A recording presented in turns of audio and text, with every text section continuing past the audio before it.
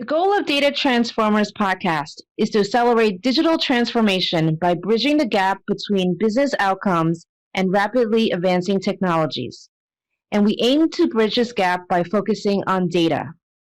I am Peggy Tsai, top 50 women in tech influencer, co-author of the AI book, and data governance expert. I'm Ramesh Danta, an entrepreneur, a tech blogger, and AI enthusiast.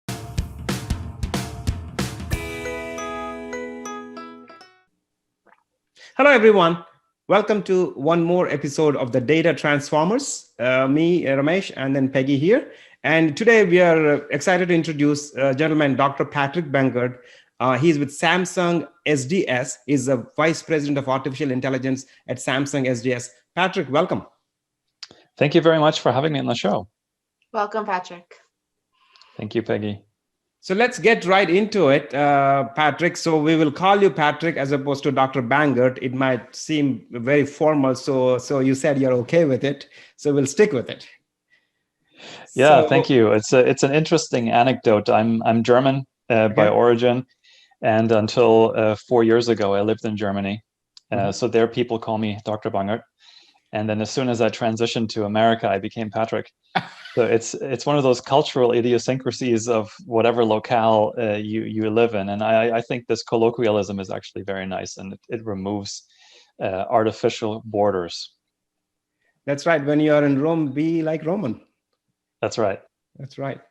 So with that, Patrick, you are a vice president of artificial intelligence at Samsung SDS. The only Samsung that I know is my phone. Right. So explain to us the differences of Samsung SDS. What do you do at Samsung, if you don't mind, please?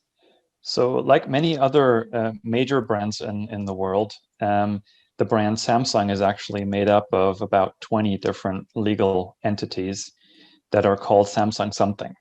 So the phone that you might have is by a company called Samsung Electronics, the TV by Samsung Display, the chips by Samsung Semiconductor, and so on and so forth. You can even buy home appliances like a washing machine from Samsung.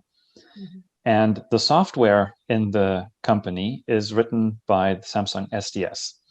SDS stands for Samsung Data Services. And it's the IT company. We run the data centers for the group, as well as for other companies. We write software. And within the IT company, Samsung SDS, there is a division called Artificial Intelligence. I head that division, and we mainly do two things. So there is one department called AI Engineering, which writes software to do AI training.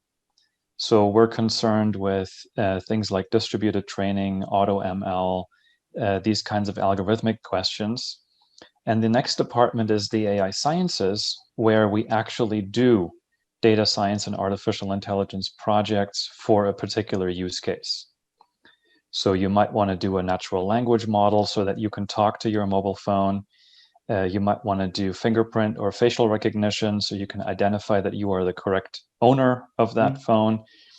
You might want to do textual recognition so that you can respond to a question with a sentence answer that makes sense. Autonomous driving, identify, is there an obstacle in the road? Is that obstacle a person or a rigid obstacle? All sorts of things like this. The models are done by AI Sciences. So those are the two major streams. That's really exciting. Love to hear more from a consumer perspective. Most of us are probably consumers of Samsung products. Can you give a little bit more specific example of something that we have and use that really has integrated like AI technology in it? Every product of Samsung has some AI technology integrated. Of course, the prime product is the phone. You will see an application on your mobile phone called Bixby, which is the natural language driver of that. It's the equivalent of Siri on the Apple iPhones. So you can talk to your phone, right? You can say, Bixby, what's the weather tomorrow? And then it will search for whatever the weather is tomorrow and let you know. So that kind of command and control module based on speech is one application. Another is that you're usually required to identify yourself with a fingerprint on your phone, right? So that scanner and identifying is that in fact the right fingerprint and so on. That's a small piece of simple AI, and so on and so forth. So Patrick, looks like you have two sets of customers. One is a larger consumer base, like the customers of Samsung devices, and you have an internal audience of the vast Samsung empire that is there, different organizations that need data science and artificial intelligence service. So given the two sets of these customers that you have, internal as well as external, then I mean, first thing is, how do you prioritize the projects? I'm assuming there are two separate divisions. Maybe there's no priority kind of stuff, but within that, the requirements are different from what I could see from here. So could you talk a little bit about the dynamics of your organization, how you serve different sets of customers? Right. So actually, we don't really serve two different sets of customers. Okay. Of course, the customer of Samsung devices is in general an individual. Mm-hmm. But Samsung SDS, as the IT company, generally doesn't sell to individuals. An individual wouldn't want a data center in his basement. Mm-hmm. Or generally, people wouldn't want an AI model for themselves. They want to use one that already exists. And that, I think, goes across the board for all of the artificial intelligence companies that you might talk to. They create the artificial intelligence for another business. The deployment of that model might be for a consumer or an end user, or a single human being use case, such as the natural language processing. You want to be able to speak to your phone and have your voice be recognized, and for your phone to do whatever it is you told it to do. Mm-hmm. But it would be completely infeasible to generate a model to do that just for you. It's just simply too expensive to create that sort of thing. It's a major effort to create a natural language processing model. 2 months ago, GPT-3 was released as the new state-of-the-art language model, and the world kind of both felt in awe of the accuracy of it, but also laughed at it a little bit, that it cost $5 million in electricity to train. Correct. So that's just the cost to train the model, not taking into account the software that had to be written prior to that training process. So generating a model like this is a lot of work, costs a lot of money, and therefore it's always going to be an enterprise project. So everything that we do, both in writing the software for AI training as well as the AI trainings themselves, are always business-to-business transactions. And at so-called inference, when the model is fully ready and it just needs to be used in a particular instance, that's called inference. Mm-hmm. At that point, it becomes a business-to-consumer transaction, and then, of course, is hopefully cheap and fast. I think the question that Ramesh may have been asking more is, how do you prioritize, right? If these are large scale B2B efforts, right? To build the model, train the model, how does your team, or how do you as a head of the team prioritize which ones are done first? Or is there any type of framework that you follow or influences that help you with that prioritization? Well, at the end of the day, we're a commercial enterprise, so the prioritization is very simply done by cash flow. Mm-hmm. It becomes a matter of that. And if it's an internal project, then of course it depends on the priorities of Samsung Group, which then either is a matter of negotiation or gets decided at a higher level. And how much of do you have flexibility in terms of doing innovative things that are not part of the schedule, or is everything really following the lines of the priorities from headquarters? No, we have a great amount of freedom. So actually, a few months ago, I decided that COVID-19 was worth studying. So we spent, I think, about 3 months or so developing an AI diagnostic model for COVID. As you might know, you can take a nasal swab test, right, which means a rather fancy Q-tip is inserted in your nose, and then there's a chemical test to follow. Yeah. It takes about 2 days for you to get the answer back, and the accuracy is about 94%. So if you get a negative, that doesn't mean you don't have COVID. It just means the chance that you don't have COVID is 94%. So when people come to a hospital and they're actively sick and they need medication, those 2 days waiting time is a little dangerous. So we thought, okay, can we speed this up a little bit? It turns out that you can take an X-ray image of your lungs, and based on those, we have now an AI model trained up that we did past few months with 95% accuracy, detect whether or not you have COVID versus pneumonia, flu, and so on. So the accuracy of that is actually higher than the nasal swab, and it's immediate. You don't need to wait for anything because you simply do the X-ray and that's it. You have the answer right away. So you save yourself 2 days worth of waiting time, and that means you can get your medication 2 days faster. So that's a project that I simply decided ad hoc, 3 months ago to do because it seemed the right thing to do and the timely thing to do. So we do have the freedom to do things as we see fit. Interesting, and so timely, and again, what our country and world needs right now. How did you get the training data though for that model? I'm curious. We got super lucky that other people were willing to chip in and help out.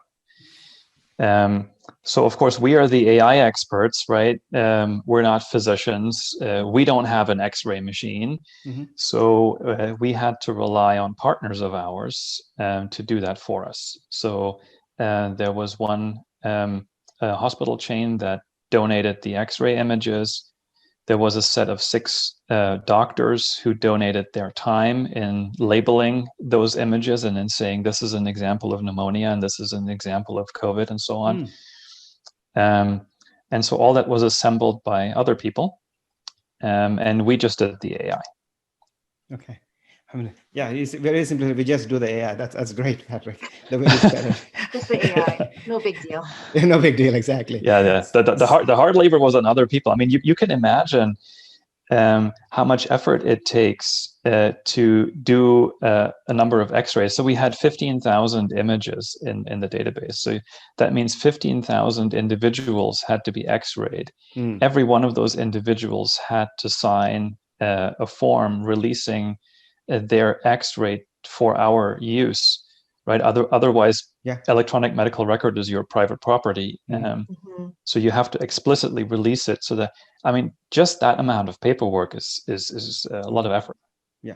So actually, Patrick, even though you said it kind of, I think, lightheartedly, but so you're bringing a really good point, which is the data versus model, right? The amount of time that, the organizations or people involved in this have to spend on data, labeling it, making sure that's high quality, and curating the data. Even the process that you talked about, even getting the signatures from people, especially in healthcare, which is the private property, is itself, time sink, right? So the question in this case is, I mean, we spoke to another AI vice president, and she said, 70-80% of the time the data science people spend is the data wrangling, data munging, making sure that the integrity is there. So if you could talk a little bit about what is involved in getting a project out, an artificial intelligence project out, with respect to different phases, making sure that there's a data strategy in place, that the data integrity is bought into. So if you could bring out the key aspects of an AI project. Yeah, thank you for asking. And I completely agree with my predecessor that it's about 80% of the effort to get a good data set. So the key aspects are these. At the very beginning, you have to decide what it is that you want to do. What's your problem that you're trying to solve? And you have to be precise about this. And I'm a mathematician, so when I say precise, I mean that numerically. Yeah. Right.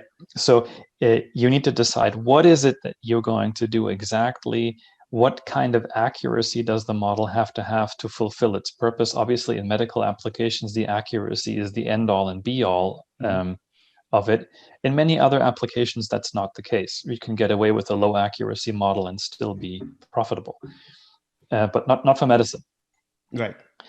And then you have to get your data set.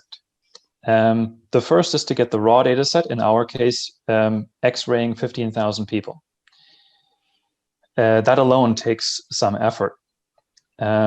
And obviously, sorry for interjecting. Was the X-ray data done specifically the purpose of the project, or it was already done and then you were able to get your hands on it? It was done for this analysis. Okay, sorry. Yeah, keep going. Yeah. So that's what we would call the raw data.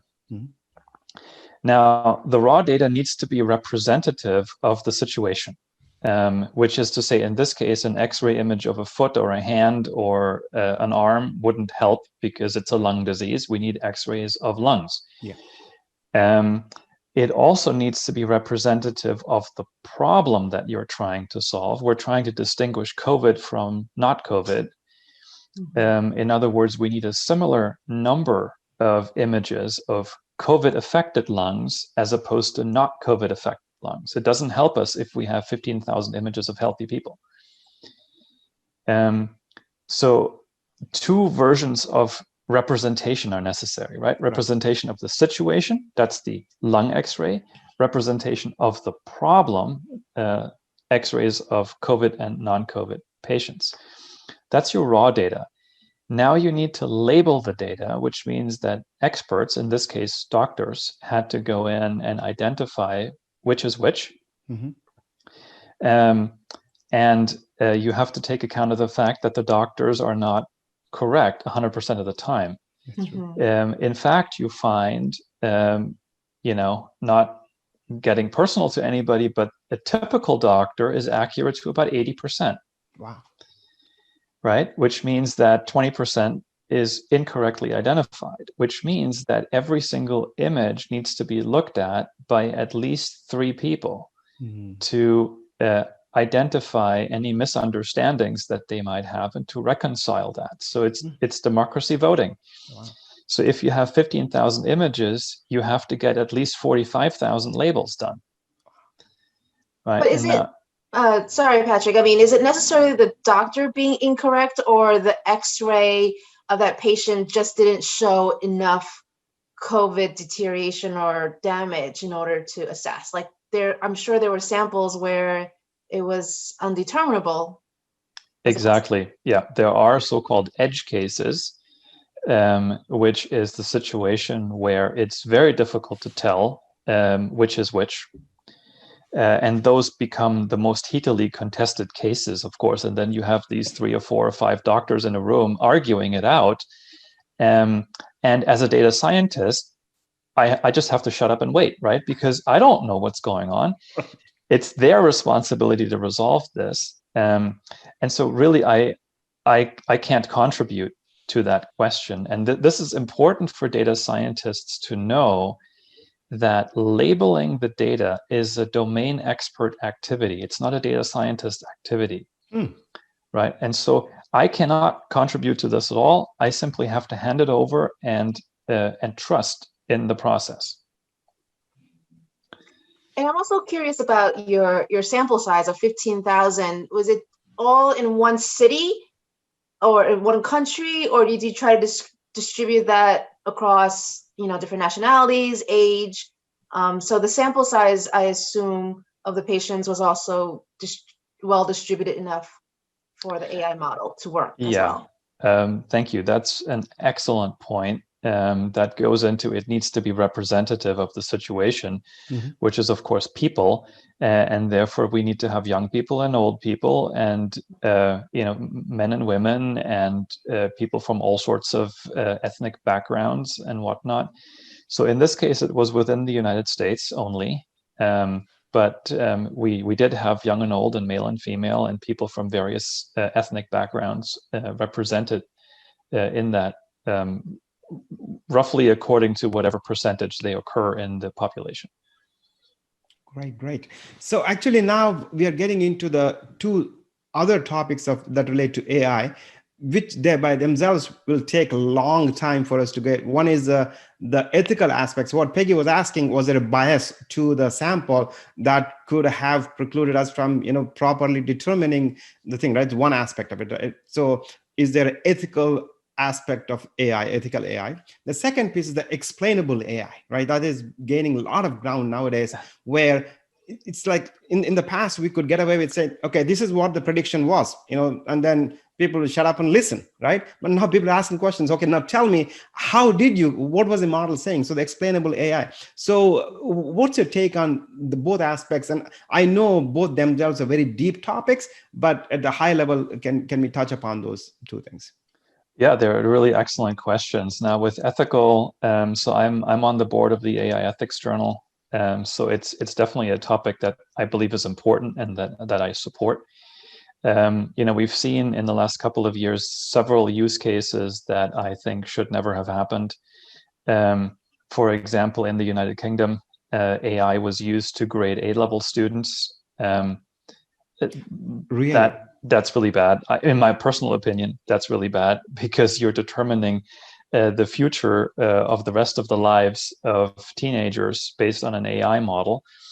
Even if you have only like 5% loss in your model, it means that 5% of the population is going to have a much worse grade than they would have gotten in a real test. So there are examples where AI simply shouldn't be used. And then there are examples where AI is being misused. So for example, a lot of facial recognition software is trained on Caucasian faces like mine, and then it's deployed on African faces, and then it simply doesn't work. But then if police and other entities use that, then a lot of misuse will result from this. So typically speaking, from what I have seen, the problems with ethical AI come either in using AI for something that it's simply not suited for, okay, or training the AI with a data set that is not representative of the situation that you were dealing with, like using Caucasian faces for facial recognition and then deploying it on African faces. That doesn't work. AI itself doesn't have any ethical component, right? The neural network will learn whatever you give it. Correct. But if your data contains a bias, then the neural network will learn your bias too. Yeah. And that's where the problem lies. So it's typically a data set problem. Ethical AI, yes, it's a very important thing. Now, explainable AI, I think the one use case where now even lawmakers are starting to require AI is in the finance domain. You go to a bank and you apply for a loan and you get rejected. Yeah. And then you ask, why did I get rejected? Well, the thing is that there wasn't any person that actually looked at your loan application. It was some AI neural network that did that. Right. Of course, the curious thing is that when your loan gets approved, nobody asks for an explanation. That's right. So somehow that needs to be incorporated. Now, the problem is that, people like myself, mathematicians who've been doing this for a long time, we've always said AI has benefits and AI has drawbacks. And one of the AI drawbacks is that it's a black box. So you kind of need to know that when you go in, right? The price you pay for the reduction in labor and all the automation and whatnot is that you will not understand the result. And now people are turning around and saying, I want to understand the result. So that's a conundrum in itself. The field of AI is trying to solve that problem, but it is, to be realistic, very much a research topic at this time. explainable AI is not a technology that is available. Yeah. It's a topic that's being researched. So if you want to get a PhD in artificial intelligence, this is a grand topic to pick as your dissertation. If you want to purchase explainable AI, then at this moment you're out of luck. There are some first attempts towards this, especially in this kind of loan use case, because it's now being actually required by governments and by regulators to supply that. So there is some very simple-minded checking going on to give you some feedback. Is there, I mean, I've also heard the term transparency in addition to explainability of AI. Is there a difference in using those two words? And also, why is it so difficult to uncover and unveil the black box? I mean, is it that hard to explain the rules in the algorithm for the consumer so that they understand why they were rejected for a credit card or for like a mortgage loan? It is, yes, unfortunately. You can think of it like this. If you go to, let's say you go to a college university class on physics, they will present you with a differential equation for something, right? I don't know, heat conductivity in a metal or something. Yeah, that's a very short differential equation. It has like 3 terms in it. You can write it on the back of a note card. You can explain roughly what it does in 3 sentences, and pretty much everybody who knows what a differential is will understand what that equation portrays.